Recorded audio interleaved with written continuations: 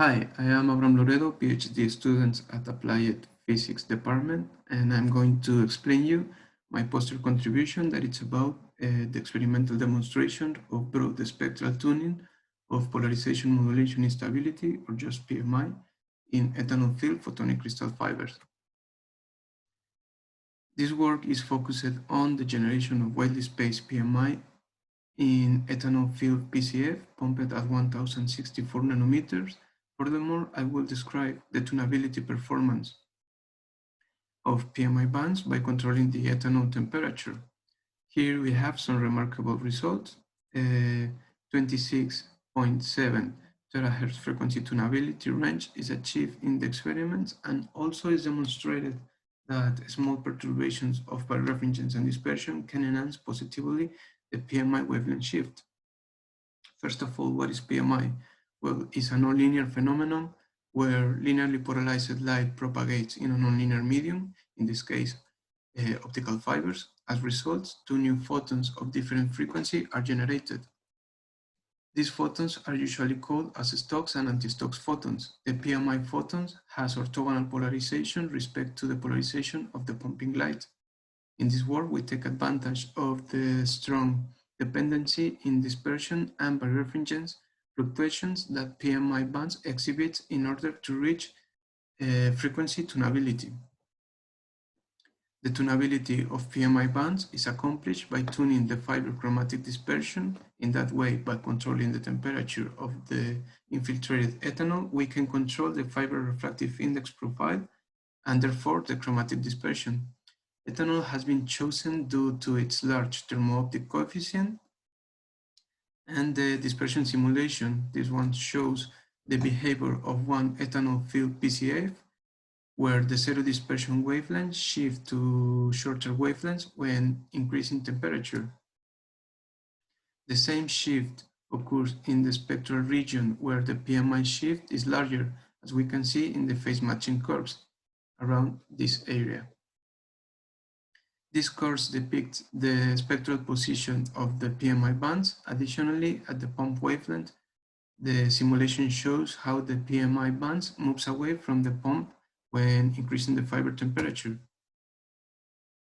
With both cases, we design and fabricate ethanol-filled PCF to present widely spaced PMI bands when the fiber is pumped, as is shown in the light spectrum graph here, where two PMI bands appears when the fiber is pumped in the slow axis. The dispersion graph depicts the chromatic dispersion change before and after ethanol infiltration into the fabricated fibers. Here we see how the zero dispersion wavelength shifts to a longer wavelength after the ethanol infiltration. In addition, the dispersion also shifts from anomalous to normal dispersion at the pump wavelength.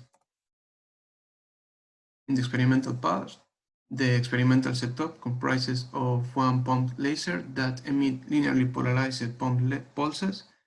We use a halfway plate in order to match the polarization of the pump with one of the principal axes of the fiber. The fiber under test was immersed into a thermal bath to control the temperature, and the output light spectrum was recorded by an optical spectrum analyzer. This bottom graph shows the PMI bands evolution when the fiber is heated. We can see how the PMI bands moves away from the pump when increasing temperature. For temperatures above 60 degrees, the intensity of PMI bands decreased into the noise level and no more PMI were observed. This behavior can be proved by analyzing again the phase matching curves as function of the temperature. Here we see for temperature of 60 Celsius degrees, the phase matching condition is no longer fulfilled for the pumping wavelength.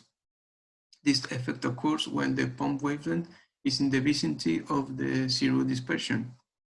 Also, by comparing the experimental results with the calculated values of PMI bands, we demonstrated that slight variations of birefringence with temperature can lead to a large PMI wavelength shift, as is depicted in this graph, where the dashed line corresponds to the PMI wavelengths with the same birefringence values for all the span of temperatures, while the solid line includes the birefringent fluctuations by increasing temperatures.